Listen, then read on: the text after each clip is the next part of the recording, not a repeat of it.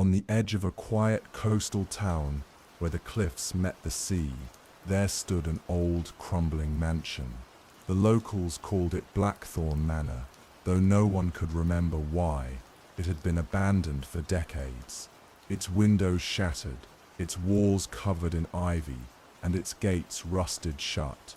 The townsfolk whispered about the manor, telling stories of strange lights in the windows at night, of faint whispers carried on the wind, and of a family who had vanished without a trace.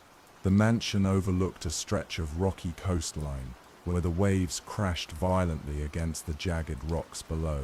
The sea here was unpredictable, its waters dark and cold, and the townspeople avoided it, especially at night.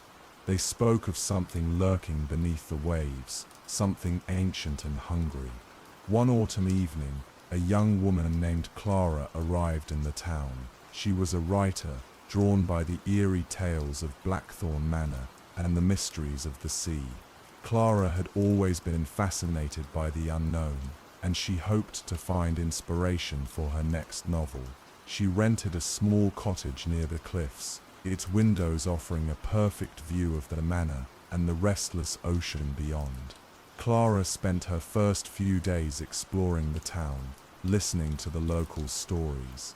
They warned her to stay away from the manor and the cliffs, especially after dark.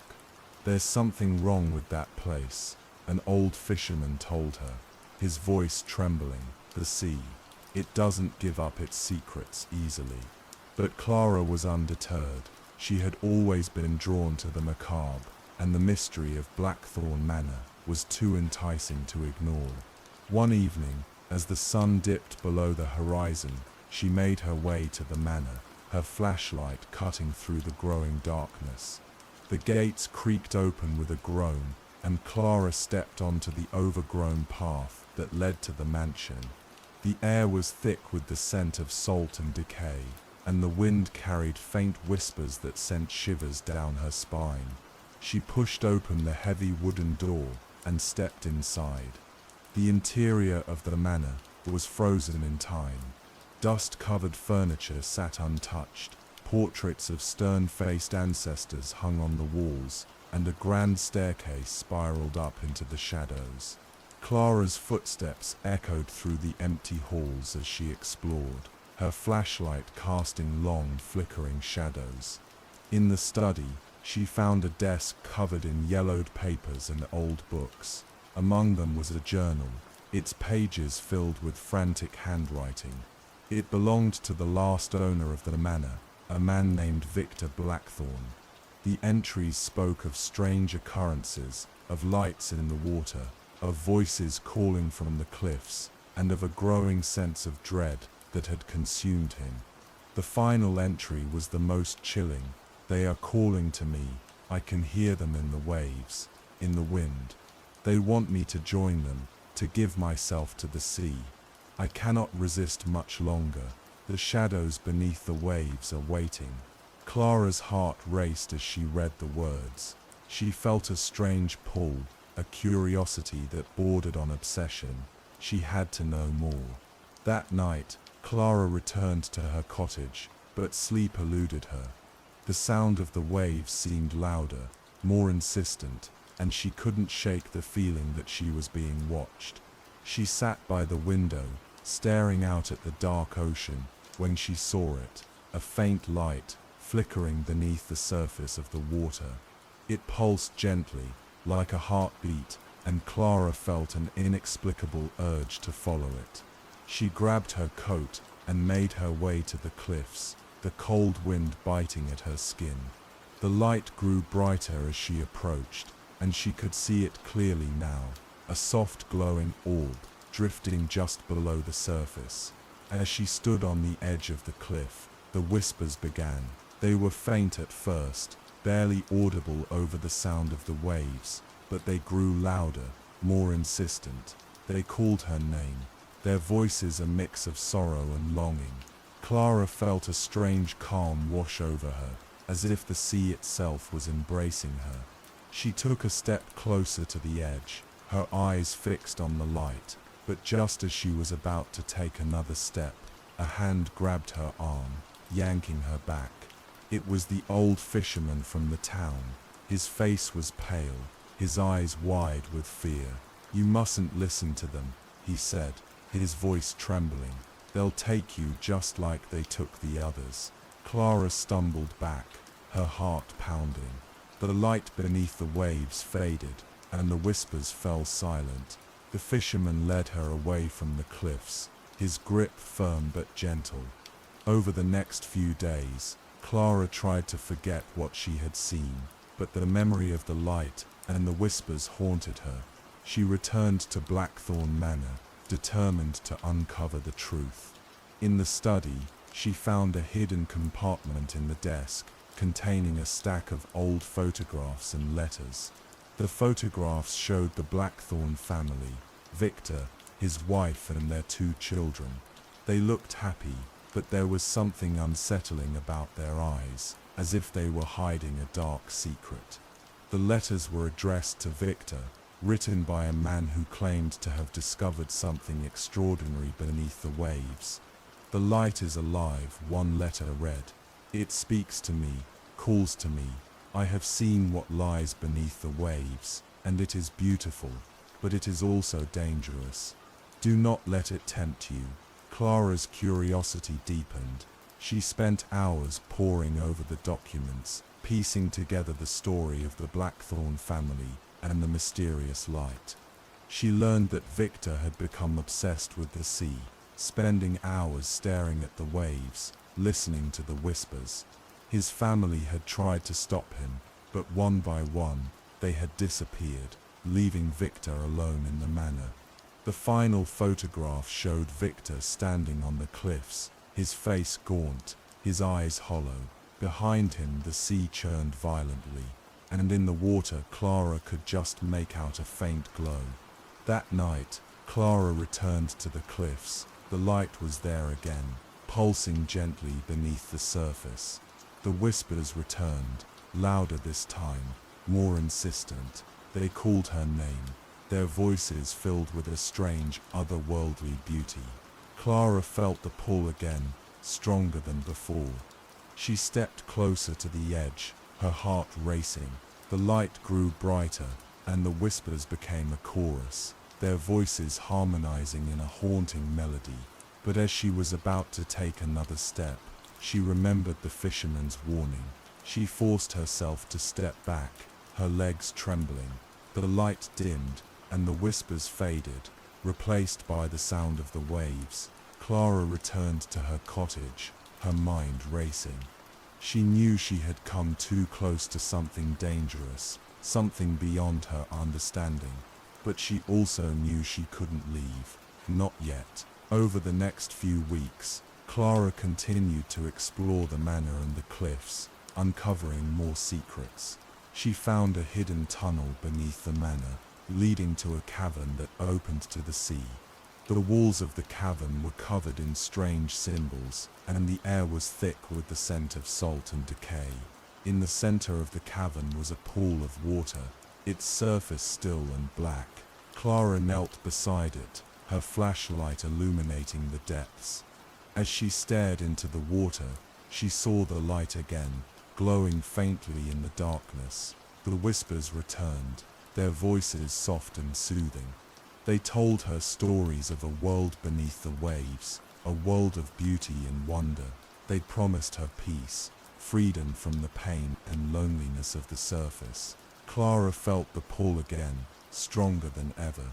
She leaned closer to the water, her reflection rippling on the surface. The light grew brighter, and the whispers became a song, their melody hauntingly beautiful.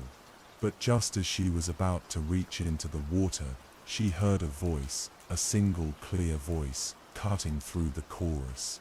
It was the voice of the old fisherman. "Don't," he said. "They'll take you just like they took the others." Clara hesitated, her hand hovering above the water. The light dimmed, and the whispers fell silent. She looked up and saw the fisherman standing at the entrance of the cavern, his face pale, his eyes filled with sorrow. "What are they?" Clara asked, her voice trembling. The fisherman shook his head. I don't know, but they've been here for as long as anyone can remember. They take people, lure them into the sea. No one who follows the light ever comes back. Clara stood, her legs shaking. She followed the fisherman out of the cavern, the whispers fading behind her. That night, Clara packed her bags and left the town. She couldn't explain what she had seen or heard, but she knew she had come too close to something dangerous. As she drove away, she glanced back at the cliffs one last time. The light was there again, pulsing gently beneath the waves. The whispers returned, faint but insistent, calling her name. Clara turned away, her heart heavy. She knew she would never forget the shadows beneath the waves, or the haunting beauty of their song. The old fisherman, whose name was Samuel, had lived in the town his entire life. He had seen many people come and go, drawn by the mysteries of Blackthorn Manor and the sea.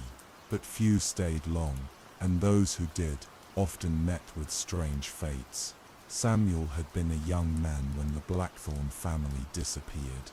He remembered the night vividly, the storm that had raged for hours, the howling wind, and the eerie light that had appeared beneath the waves. The next morning, the manor was empty, and the family was gone. Over the years, Samuel had tried to warn others, but few listened. They were drawn to the light, just as Clara had been, and one by one they vanished. Samuel had watched it happen too many times, and each time, he felt a piece of his soul wither away. The cavern beneath Blackthorn Manor had been there for centuries, long before the manor was built. The symbols on its walls told a story of an ancient civilization that had worshipped the sea and the creatures that lived beneath it. The light, Samuel believed, was a remnant of that civilization, a beacon meant to lure the unwary into the depths. The whispers were the voices of those who had been taken, their souls trapped beneath the waves, forever calling out to the living. Samuel had spent years studying the cavern, trying to understand its secrets.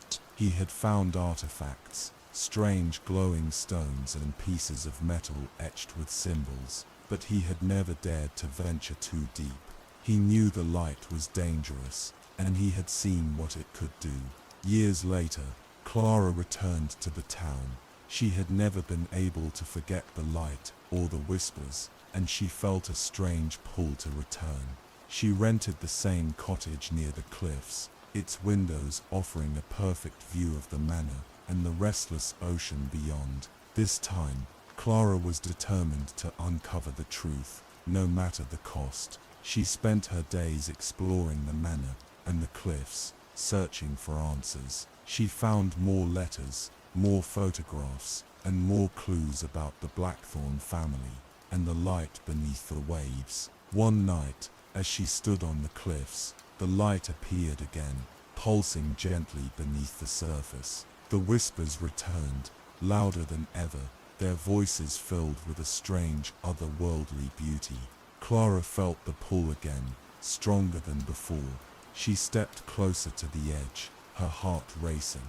The light grew brighter, and the whispers became a chorus, their voices harmonizing in a haunting melody. This time, Clara didn't resist. She stepped closer to the edge, her eyes fixed on the light. The whispers grew louder, more insistent, and she felt a strange calm wash over her. As she took the final step, the light enveloped her, and the whispers fell silent. The waves crashed against the cliffs, and the wind carried faint whispers through the night, and Clara was gone. The old fisherman found her flashlight on the cliffs the next morning, its beam still shining faintly. He knew what had happened, and he felt a deep sorrow in his heart. The light beneath the waves had claimed another soul, and the whispers had fallen silent once more. But the shadows beneath the waves were still waiting, their hunger never satisfied, and the sea kept its secrets, as it always had. As the waves crash against the cliffs, and the wind carries faint whispers through the night, Let their gentle rhythm guide you into a peaceful sleep. Good night. I never thought I'd be afraid of the house next door until he moved in. It started innocently enough. I was watering my lawn one evening, the sun dipping low on the horizon, painting the sky in hues of orange and pink. The air was warm, carrying the faint scent of freshly cut grass and the distant hum of a lawnmower. The moving truck had just pulled away, leaving behind a trail of dust and the faint tang of diesel. That's when I saw him for the first time, a tall figure silhouetted against the fading light. He stood motionless on his porch, his face obscured by the shadows of the evening. For a moment I thought he might wave or nod, the way new neighbors often do. I raised my hand in a friendly gesture, ready to introduce myself, but he didn't wave back. He didn't move at all. He just stared. Even from across the street, I could feel the intensity of his gaze. It wasn't just a glance or a curious look. It was something deeper, more deliberate. It made my skin prickle, like I was being dissected under a microscope. After what felt like an eternity, he abruptly turned and went back inside, the door closing with a definitive click. I tried to shake off the uneasy feeling. He's probably just shy, I told myself, focusing on the cool water spraying over my hands as I adjusted the hose nozzle. Moving is stressful. He'll warm up eventually, but he didn't. Days passed, and I barely saw him leave the house. The curtains in his front windows remained drawn, but sometimes, when I was getting the mail or heading to my car, I'd catch a glimpse of movement behind them, a shadow shifting, the fabric twitching ever so slightly. It was subtle, easy to miss if you weren't paying attention, but I was paying attention. I couldn't help it. It was about a week after he moved in that I first noticed him watching me from his window. I was in my kitchen, chopping vegetables for dinner, the rhythmic thud of the knife against the cutting board filling the quiet space. Something made me look up, a strange sensation crawling up the back of my neck. There he was, standing in his front window, eyes locked on me. I nearly sliced my finger, startled by his sudden appearance. My heart pounded as I gave an awkward wave, trying to be neighborly despite the growing knot in my stomach. He didn't wave back. He didn't move at all. He just kept staring, his face a blank mask. I turned away, focusing on the carrots in front of me, the steady rhythm of my knife against the cutting board grounding me. When I looked back up, he was gone, but that was just the beginning. Soon it seemed like every time I looked out a window or stepped outside, he was there, watching. Sometimes from behind his curtains, sometimes openly standing at his window. Once I woke up in the middle of the night, my throat dry and my heart racing from a nightmare I couldn't quite remember. I got up to get a glass of water, and as I passed the living room window, I saw him. He was in his front yard, just standing there staring at my house.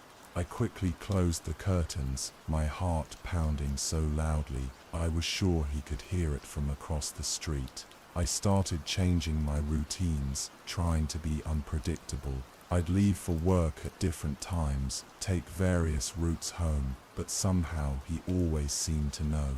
No matter when I left or returned, there he'd be, eyes following my every move. I considered talking to him, confronting him about his behavior, but something held me back. Maybe it was the coldness in his eyes, or the way his presence seemed to suck all the warmth out of the air. Whatever it was, every instinct I had screamed at me to stay away. As the days turned into weeks, his behavior grew more erratic. I'd hear strange noises coming from his house at all hours, banging, scraping, sometimes what sounded like muffled shouting. Once I could have sworn I heard a woman crying, but when I strained to listen closer, the sound abruptly cut off. I started losing sleep, jumping at every sound, constantly checking and rechecking my locks. My friends noticed the change in me, commenting on the dark circles under my eyes, the way I flinched at sudden movements. I brushed off their concerns, not sure how to explain that I was being terrorized by someone who hadn't actually done anything. Then came the night that changed everything. I was up late, unable to sleep as usual. The house was quiet, the only sound the soft hum of the refrigerator and the ticking of the clock on my nightstand. I was scrolling mindlessly through my phone, trying to distract myself from the gnawing anxiety in my gut, when I heard it, a creak coming from downstairs. I froze, my breath catching in my throat. It could have been nothing.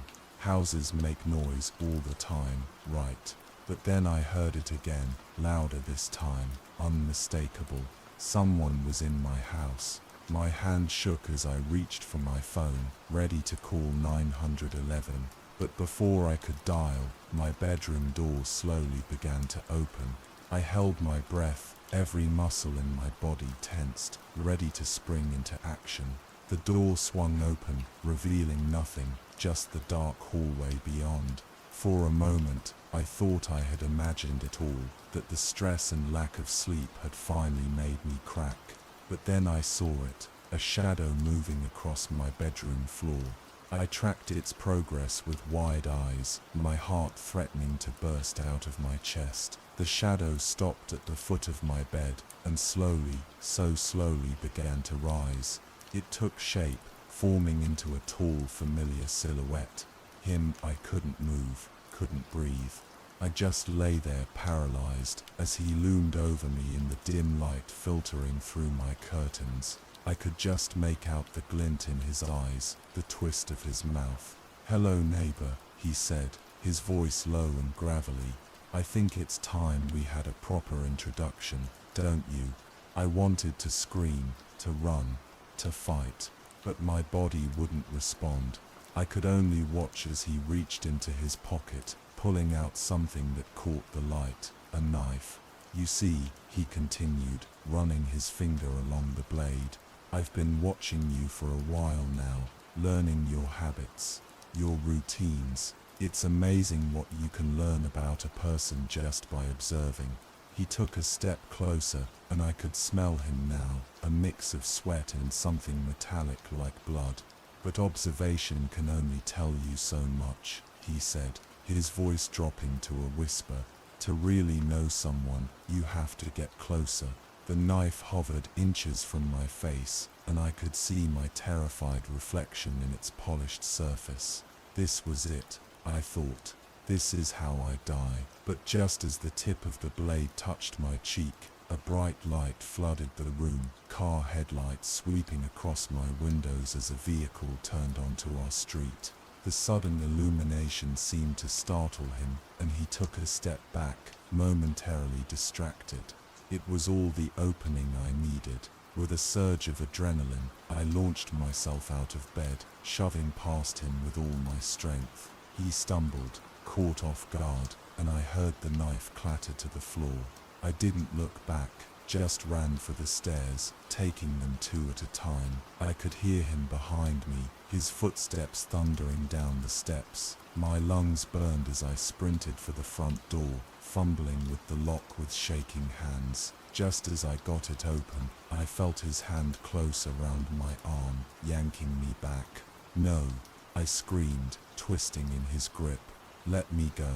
We grappled in the doorway, his strength threatening to overpower me, but desperation lent me strength I didn't know I had. I clawed at his face, my nails raking across his cheek. He howled in pain, his grip loosening just enough for me to wrench free. I burst out onto my front lawn, screaming for help at the top of my lungs. Lights began to flick on in neighboring houses, curious faces appearing in windows. He stood in my doorway, blood trickling down his face where I'd scratched him, his eyes wild with rage. For a moment we just stared at each other, both panting heavily. Then, as the sound of approaching sirens filled the air, he turned and ran, not back into my house, but across the street to his own. I watched dumbfounded. as he disappeared inside, the door slamming behind him. The police arrived minutes later, finding me huddled on my front lawn, shaking uncontrollably. They listened to my story with grave expressions, immediately calling for backup to surround his house. But when they broke down his door, they found nothing. The house was completely empty. No furniture, no personal belongings, nothing to indicate anyone had ever lived there at all. I insisted that I hadn't imagined it, showing them the scratches on my arm where he grabbed me. They believed me. The signs of a struggle in my house were clear, but they were baffled. How could someone just vanish like that? As I sat in the back of an ambulance, a shock blanket draped over my shoulders, I watched the police comb through his house. They found no trace of him, no clue to his identity, or where he might have gone. It was like he had never existed, but I knew he had. I could still feel his eyes on me, still smell that metallic scent, and as I looked up at his empty house, a chill ran down my spine. Because there, in the upstairs window, I saw a curtain twitch just slightly, just enough. He was still watching, and I knew with a certainty that made my blood run cold that this wasn't over, not by a long shot. The forest was quiet, the kind of quiet that makes you feel like you're the only person left in the world. The trees stood tall and ancient, their branches reaching out like skeletal fingers against the pale moonlight. The air was cool, carrying the faint scent of pine and damp earth. It was the kind of night that made you want to wrap yourself in a blanket and sit by a fire, listening to the crackle of wood and the distant hoot of an owl. But I wasn't by a fire. I was deep in the woods, far from any sign of civilization, and the only sound I could hear was the soft crunch of leaves beneath my boots. I had been hiking for hours, following a trail that seemed to stretch on forever. The map I had brought with me was old, the edges frayed and the ink faded, but it was the only guide I had. The trail was supposed to lead to an old cabin, a place where I could rest for the night before continuing my journey in the morning. But as the hours passed and the trees grew thicker, I began to wonder if I had taken a wrong turn somewhere. The trail was barely visible now, overgrown with weeds and hidden beneath layers of fallen leaves. The moonlight filtered through the canopy above, casting strange shadows on the ground. Every now and then, I would stop and listen, hoping to hear the sound of running water or the distant call of an animal, but there was nothing, just silence. I was about to give up and turn back when I saw it, a faint glimmer of light in the distance. At first I thought it was my imagination, a trick of the moonlight reflecting off the leaves. But as I moved closer, the light grew brighter, and I realized it was coming from a small cabin nestled in a clearing. Relief washed over me as I quickened my pace, eager to reach the safety of the cabin and rest my weary legs. The cabin was old, its wooden walls weathered and grey. The roof sagged in places, and the windows were dark, their glass cracked and dirty. But the light I had seen was coming from inside, flickering faintly through the cracks in the shutters. I hesitated for a moment, wondering if someone else was already there. But the thought of spending the night in the cold, dark forest was enough to push me forward. I climbed the creaky steps to the porch and knocked on the door. There was no answer. I knocked again, louder this time, but still, there was no response. The door was slightly ajar, and I pushed it open slowly, the hinges groaning in protest. The inside of the cabin was dimly lit by a single oil lamp sitting on a table in the center of the room. The air was thick with the scent of wood smoke and something else, something I couldn't quite place. The furniture was old and worn, a wooden chair with a broken leg, a rickety table, and a small cot in the corner. The walls were bare, except for a few faded photographs hanging crookedly. "Hello," I called out, my voice echoing in the empty room. Is anyone here? There was no answer. I stepped inside, closing the door behind me. The cabin was small, just one room with a fireplace on the far wall. The fire had burned down to embers, but the warmth was still enough to chase away the chill that had settled in my bones. I set my backpack down by the door and walked over to the table, where the oil lamp cast a soft golden glow. There was a book lying open on the table, its pages yellowed with age. I picked it up and flipped through it, but the words were faded and illegible. I set the book down and turned my attention to the cot in the corner. It looked old and uncomfortable, but it was better than sleeping on the cold, hard ground. I walked over and sat down, the frame creaking under my weight. The blanket was thin and scratchy, but it would have to do. I lay down and closed my eyes, letting the exhaustion wash over me, but sleep didn't come. I lay there for what felt like hours, staring up at the ceiling, listening to the sound of the wind outside. The cabin was quiet, too quiet, the kind of quiet that makes you feel like you're being watched. I tried to shake the feeling, telling myself it was just my imagination, but it was no use. The longer I lay there, the more I felt like something was wrong. I sat up and looked around the room, my eyes scanning the shadows for any sign of movement. The oil lamp flickered, casting strange shapes on the walls. The photographs seemed to stare at me, their faded faces watching me from the darkness. I stood up and walked over to the fireplace, hoping the warmth would calm my nerves.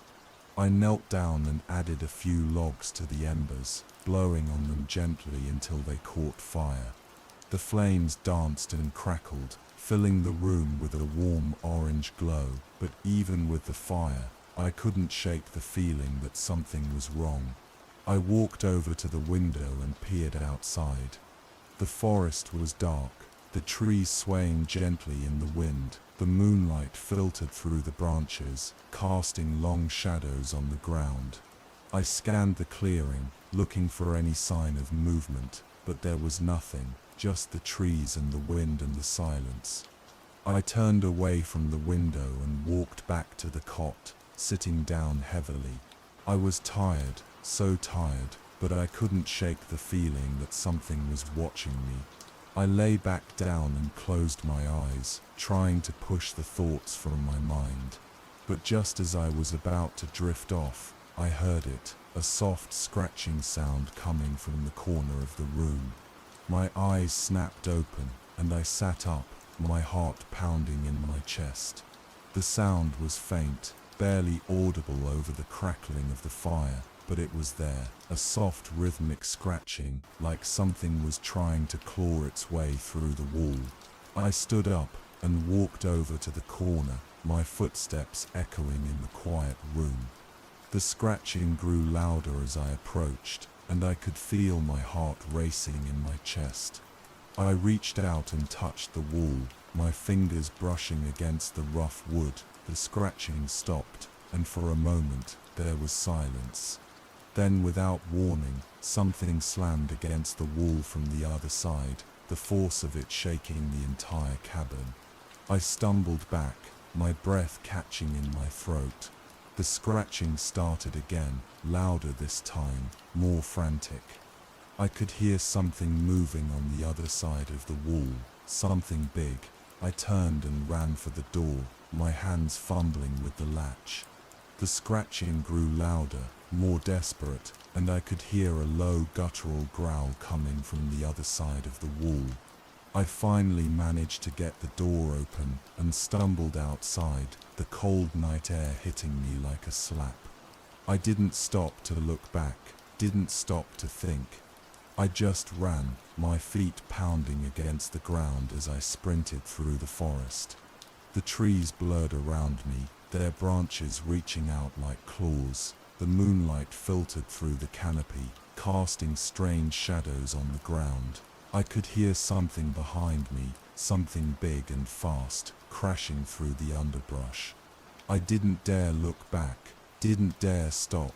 I just ran, my heart pounding in my chest, my breath coming in ragged gasps. I don't know how long I ran, but eventually the forest began to thin, and I could see the faint glow of the moon reflecting off a small lake in the distance.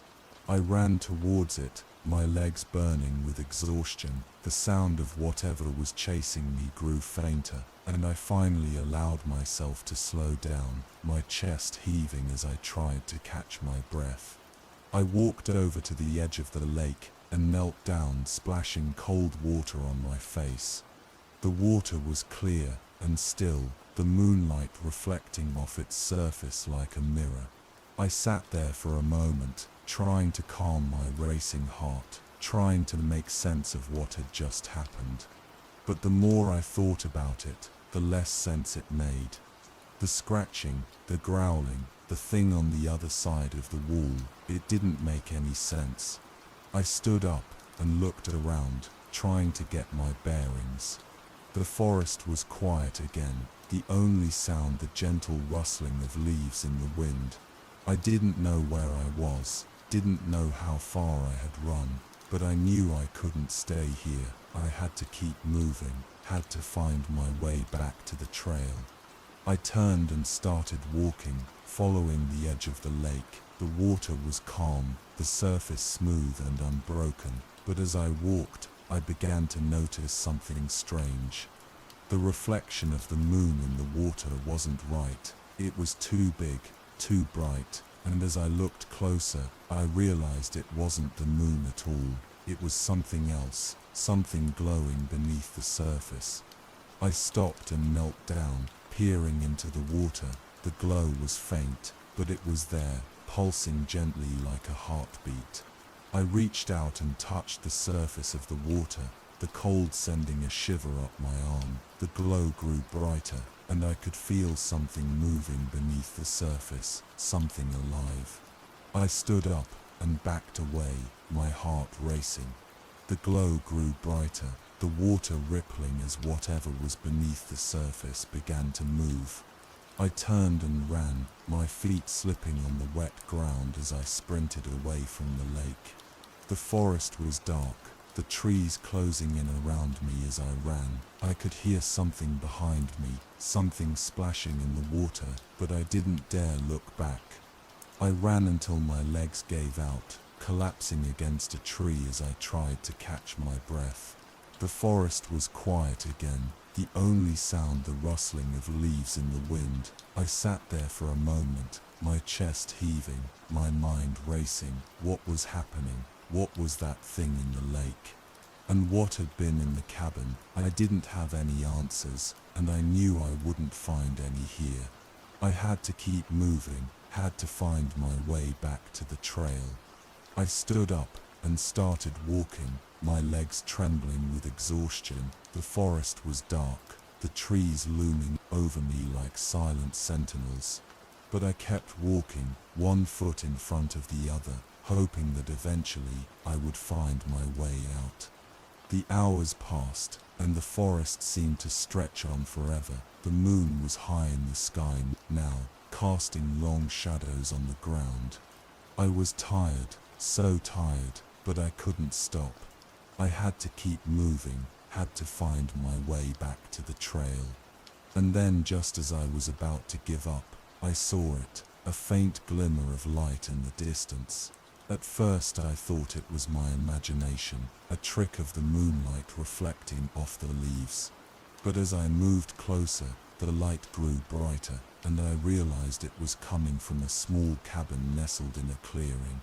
Relief washed over me as I quickened my pace, eager to reach the safety of the cabin and rest my weary legs. But as I got closer, I realized something was wrong. The cabin looked familiar, too familiar.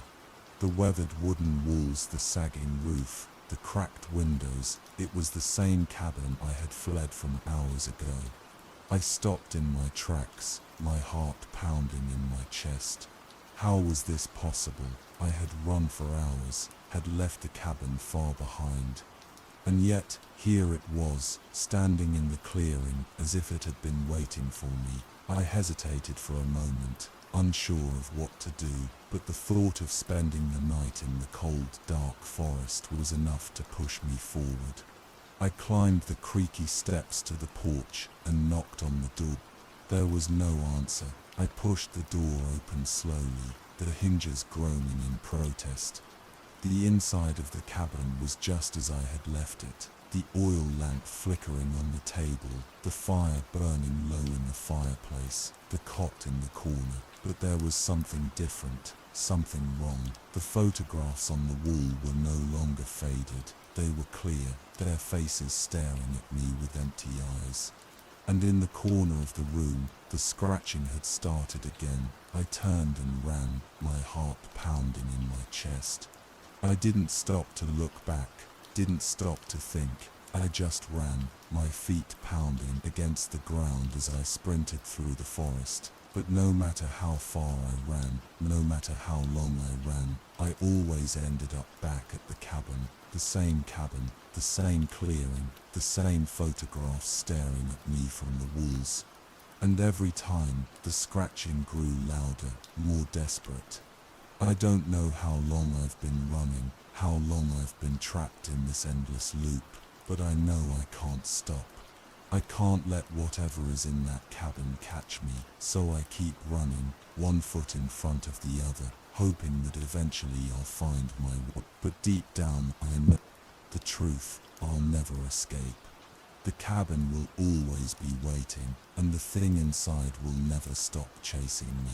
The forest was quiet, the kind of quiet that only comes when the world is holding its breath. The trees stood tall and ancient, their branches reaching out like gnarled fingers, casting long shadows across the forest floor. The air was cool, carrying with it the faint scent of pine and damp earth. Somewhere in the distance, a stream trickled over smooth stones, its gentle murmur blending with the rustle of leaves in the breeze. It was peaceful, serene, and yet there was something about the stillness that felt off. As if the forest itself was watching, waiting. I had come here to escape, to find solace in the wilderness after months of stress and sleepless nights. The city had become too much, too loud, too crowded, too suffocating. I needed this, needed the quiet, the solitude. My tent was pitched in a small clearing, the fire crackling softly as the last light of day faded from the sky. The flames danced, casting flickering shadows on the trees around me. I sat cross-legged by the fire, a blanket wrapped around my shoulders, staring into the embers as they glowed and shifted. The first night passed without incident. The forest was alive with the sounds of nocturnal creatures, owls hooting, crickets chirping, the occasional rustle of leaves as some small animal scurried by. It was comforting, in a way, to know that I wasn't truly alone. But as the hours wore on, I began to notice something strange. The sounds seemed to grow quieter, more distant, as if the creatures of the night were retreating, leaving me in an eerie silence. I told myself it was nothing, just my imagination playing tricks on me. The forest was vast after all, and animals moved about as they pleased. But as I lay in my tent that night, the silence pressed in on me, heavy and suffocating.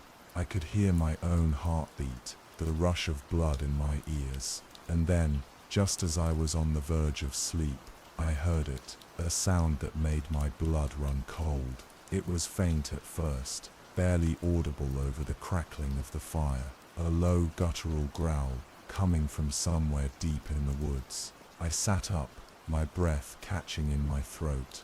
The growl came again, louder this time, closer. It wasn't the sound of any animal I recognized. It was deeper, more menacing, as if whatever was making it was far larger than any creature that belonged in these woods. I grabbed my flashlight and unzipped the tent, stepping out into the cool night air. The fire had died down to embers, casting a faint orange glow over the clearing. I shone the flashlight into the trees. The the beam cutting through the darkness. The forest was still, unnaturally so. Even the breeze had died down, leaving the air heavy and stagnant. "Hello?" I called out, my voice trembling. "Is someone there?" There was no response, just that same oppressive silence. I took a step forward, my heart pounding in my chest. The growl came again, loud and now, and I realized it wasn't coming from the ground. It was coming from above. I looked up, my flashlight beam sweeping across the branches. At first, I saw nothing but the dark silhouette of leaves against the night sky. But then, something moved, a shadow shifting between the trees. It was large, far larger than any bird or bat. My breath caught in my throat as the shadow detached itself from the branches, dropping to the ground with a soft thud. I stumbled back, my flashlight beam trembling, as I tried to get a better look at the creature. It was unlike anything I had ever seen before. Its body was long and sinuous, covered in dark, matted fur.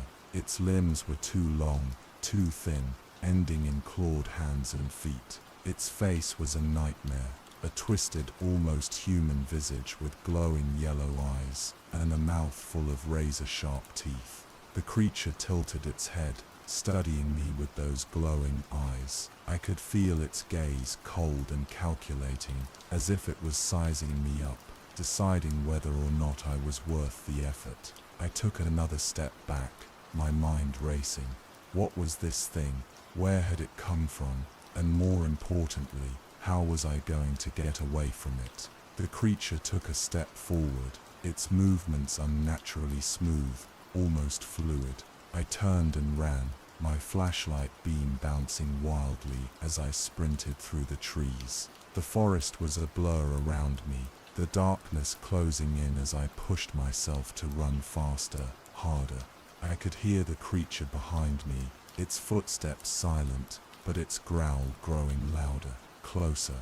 I didn't know where I was going, didn't have a plan. All I knew was that I had to get away, had to put as much distance between myself and that thing as possible.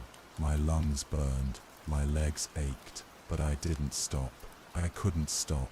And then, just as I thought I couldn't run anymore, I burst into a clearing. The moonlight spilled down, illuminating the space in a soft silver glow. I skidded to a halt, my breath coming in ragged gasps. The clearing was empty, peaceful, a stark contrast to the terror I had just experienced. I turned, shining my flashlight back the way I had come. The forest was silent, still. There was no sign of the creature. I sank to my knees, my body trembling with exhaustion and fear. What had just happened? Had I imagined it? Had the stress and lack of sleep finally gotten to me? I wanted to believe that, wanted to convince myself that it had all been in my head. But deep down, I knew it wasn't. That thing had been real, and it was still out there, somewhere in the darkness. I stayed in the clearing for what felt like hours, too afraid to move, too afraid to go back to my tent. The night stretched on, the moon slowly making its way across the sky. Eventually, exhaustion won out, and I curled up on the ground, my flashlight clutched tightly in my hand. I didn't sleep, couldn't sleep. Every sound, every rustle of leaves made my heart race, but the creature didn't return.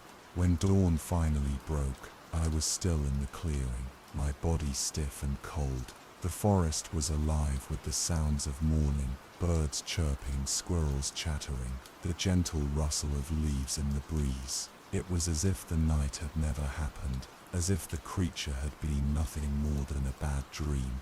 But I knew better. I packed up my camp as quickly as I could, my hands shaking as I rolled up my tent and doused the remains of the fire.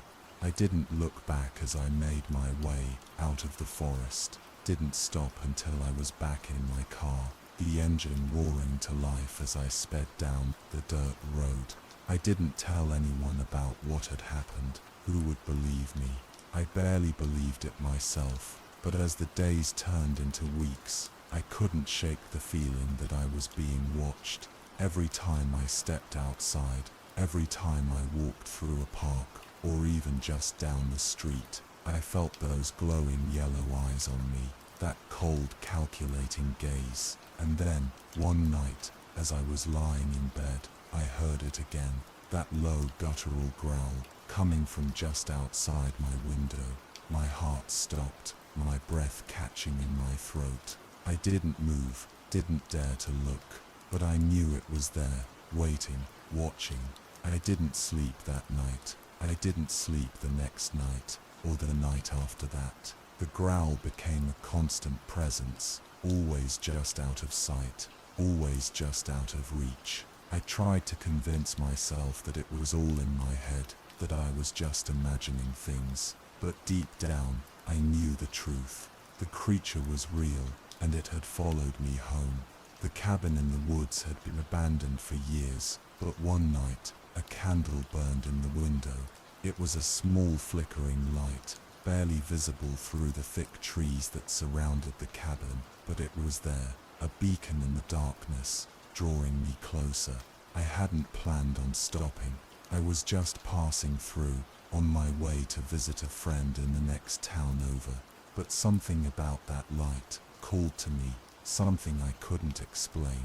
I pulled over to the side of the road, my headlights cutting through the fog that had settled over the forest. The cabin was just visible through the trees, its weathered wood and broken windows giving it an eerie, almost haunted appearance. I told myself I was just curious, that I would take a quick look, and then be on my way. But as I stepped out of the car and made my way through the trees, I felt a sense of unease settle over me. The forest was quiet, too quiet. Even the usual sounds of nocturnal creatures were absent, leaving only the crunch of leaves under my feet and the faint rustle of the wind in the branches. The cabin loomed ahead, its door slightly ajar. The candle in the window flickered, casting long shadows across the porch. I hesitated, my hand hovering over the door. Something about this place felt wrong, felt dangerous, but I couldn't stop myself. I pushed the door open and stepped inside. The interior was dark, the only light coming from the candle on the windows. The air was thick with dust, and the floor creaked under my weight as I moved further into the room. The furniture was old and broken, covered in a thick layer of grime, but what caught my eye was the table in the center of the room. It was set for dinner, with plates and silverware laid out neatly. The plates were clean, the silverware polished, as if someone had just finished setting the table, but there was no food, no sign of anyone living here. I felt a chill run down my spine as I realized that the table was set for two. "Hello," I called out, my voice trembling. "Is anyone here?" No response, just the faint sound of the wind outside. I took a step closer to the table, my heart pounding in my chest, and then I saw it, a photograph, lying on one of the plates. It was old, faded with age, but I could still make out the image. It was a family, a man, a woman, and a young girl standing in front of the cabin. They were smiling, but there was something off about their expressions, something that made my skin crawl. I picked up the photograph, my hands shaking. The back of the photo was blank, except for a single word, written in faded ink. "Remember." I didn't know what it meant, didn't know why it was there, but as I looked around the cabin, I felt a sense of dread settle over me. This place wasn't just abandoned, it was cursed. I turned to leave, but as I reached the door, I heard a sound behind me, a soft, almost imperceptible whisper. I froze, my breath catching in my throat. The whisper came again, louder this time, and I realized it was coming from deep. I turned slowly, my heart pounding in my chest. The table was still, the plates and silverware untouched. But now there was something else, a figure sitting in one of the chairs. It was the man from the photograph, his face pale and gaunt, his eyes hollow and empty. "You shouldn't have come here," he said, his voice low and gravelly. "This place, it's not for the living." I stumbled back, my mind racing. This couldn't be real, couldn't be happening. But as I looked at the man, at his hollow eyes and twisted smile, I knew it was. This place was cursed, and I had walked right into its trap. I turned and ran, the door slamming shut behind me as I burst out into the night. The forest was alive with sound now, the wind howling through the tree, the branches creaking and groaning as if they were alive. I didn't stop, didn't look back. I ran until I reached my car, my hands shaking as I fumbled with the key. As I drove away, I glanced in the rearview mirror.